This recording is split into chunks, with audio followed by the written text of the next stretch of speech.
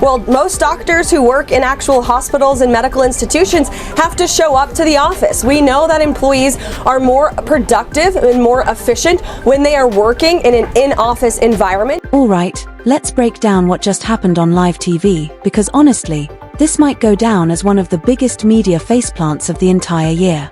Michael Strahan, former NFL legend turned Good Morning America host, thought he was about to score a political touchdown.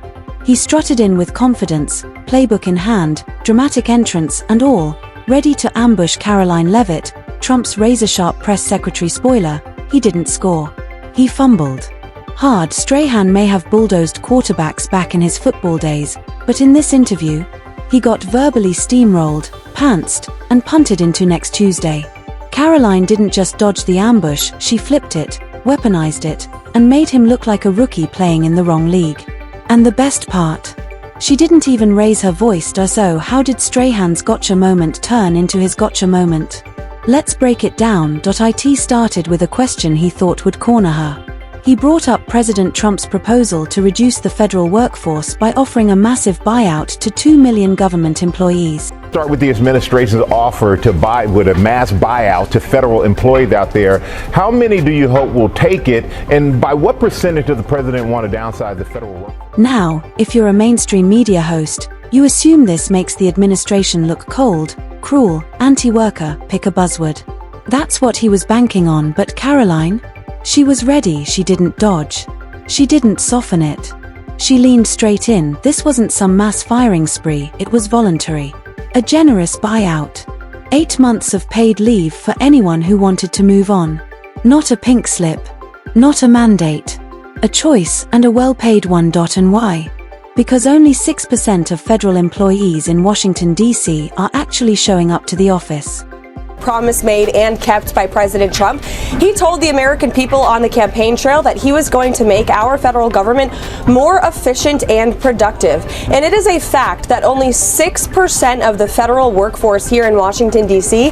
actually shows up to the office. Let that marinate. You're paying for the lights, the heat, the marble hallways, the federal buildings downtown, while 94% of workers are clocking in from their couches, sipping coffee in pajamas, calling a Zoom meeting public service. Karoline called it what it is: taxpayer-funded laziness. Meanwhile, real workers, teachers, cops, nurses show up every day. No Zoom pass. No pajama perks. No cushy telework bubble, and suddenly Strahan had no idea where to look. Americans, our teachers, our nurses, our law enforcement officers who keep this economy working show up to the office every single day, and President Trump expects that federal employees do the same. Now here's where Strahan tried to come back. You could see the wheels turning. He was like, okay, but what about doctors and scientists? Is there any concern that we risk losing people with years of experience like doctors and let's say scientists? Then he tried another trap, this time asking whether doctors or scientists would be expected to work from home. Come on. Doctors on FaceTime? Lab experiments on a kitchen counter? Karoline didn't even blink. That's not science, she said. That's sitcom science. Well, most doctors who work in actual hospitals and medical institutions have to show up to the office. We know that employees are more productive and more efficient when they are working in an in-office environment. Her response was brutal, but not cruel. Just real. If taxpayers are footing the bill, the administration expects people to actually show up and do their job. Shocking, right? His order, as presented in that memo last night, directs federal agencies to come up with a return-to-work policy for their agencies. And if federal bureaucrats in this city don't like that, well, guess what? They can resign from their positions, and this administration is offering them 8 months of pay. They will be paid through September just to simply resign from their positions. If 5 to 10% of the federal workforce resigns, it will save taxpayers tens of billions of dollars. And so, look, we want people to return to work. We have beautiful federal office buildings here in Washington, D.C. that American taxpayers are paying for. They should be used. That's what the American people deserve. Trying to shake off that hit, Strahan launched another Hail Mary. He brought up federal assistance programs, hinting that Trump was freezing support for vulnerable communities. Classic emotional appeal.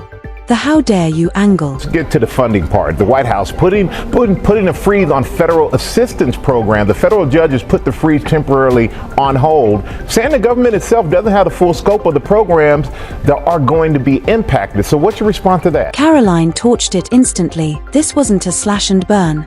It was a strategic review. A temporary pause to ask the most basic question. Does this money do anything useful? Well, as I addressed in my first press briefing yesterday, this is a temporary pause on federal assistance and grants so that the Office of Management and Budget here in the Executive Office of the President can review all federal assistance that is going out the door. This wasn't about cutting food stamps. Not about touching Social Security, Medicaid, Medicare, SNAP. Those were all operating normally. What was paused? Waste, pointless, bloated, legacy programs abandoned by the last administration. DEI seminars. Green New Deal leftovers. Funding for policies that didn't even exist anymore. Why bankroll projects the president has already rescinded? That's not compassion. That's insanity. Strahan was wobbling. And as I repeatedly stated yesterday, individual assistance such as Medicare payments, Social Security benefits, welfare, food stamps, and Medicaid assistance will not be impacted by this federal pause. So the American people should not worry. If they're receiving individual assistance from the federal government, they will continue to receive that. Then she dropped the famous example. A government-funded study researching whether shrimp can run on treadmills. No, that's not satire. You paid for IT. IT hit him like a receipt from a terrible restaurant you never wanted to eat at. And Strahan? Toast. So there will be no more federal funding for DEI programs. There will be no more federal funding for the Green New Deal, which is an order from the previous administration that President Trump has rescinded. It would make no sense for American taxpayers to pay for policies that this administration is no longer implementing. The man looked like he wanted the turf to swallow him whole. But he still had one more trick in his pocket. He brought up a technical glitch in the Medicaid portal, framing it as proof of chaos. Well, the Medicaid system was disrupted across the country yesterday. Online portals, they went down in response to this freeze action. So should that not have happened? And is that a sign of a chaotic rollout? Except, it wasn't chaos. Karoline addressed it head on. No dodging. Yes, the team was notified. Yes, it was fixed in minutes. And yes, the system was running better than before. Instead of trapping her, the question exposed him as uninformed and desperate. No, absolutely not. And I would like to address that. We were made aware of that immediately, and we amended the problem immediately. The Medicaid program is back up and running online. As she calmly explained how misinformation fuels panic, Strahan sat there with an awkward smile and a nod that said, "I've got nothing left." It felt like watching a debate coach dissect a freshman who didn't read the homework, but Strahan still wasn't done. He reached for one last attempt, the Kennedy card. He quoted Caroline Kennedy calling RFK Jr. dangerous and misinformed. Robert F. Kennedy Jr., let's go to another topic. We have a lot to cover here.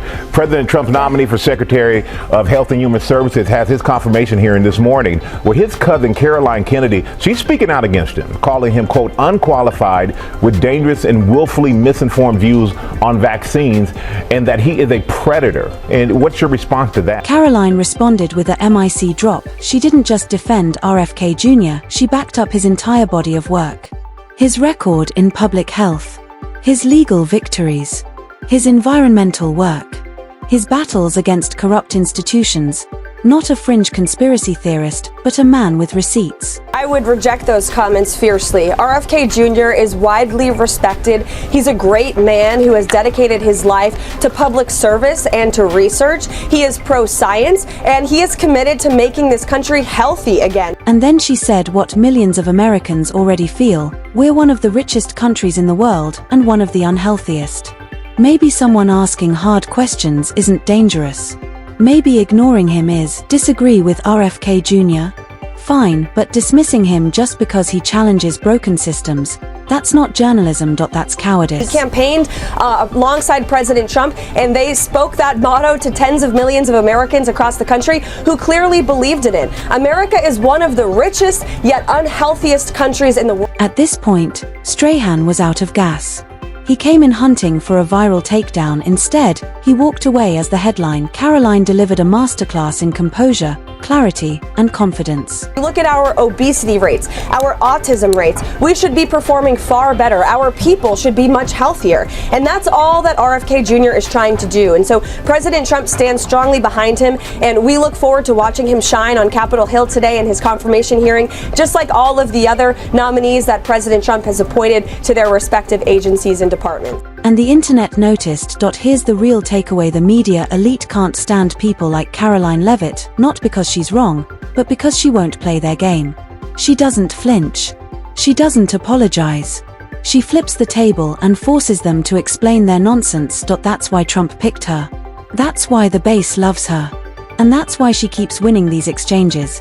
Because in the battle between narrative theater and actual facts, she shows up armed.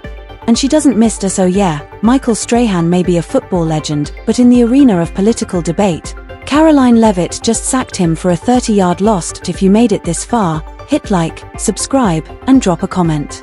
Was this the best media smackdown of the year, or is there another one that tops it? I'll be reading every one. Thanks for watching. See you in the next breakdown.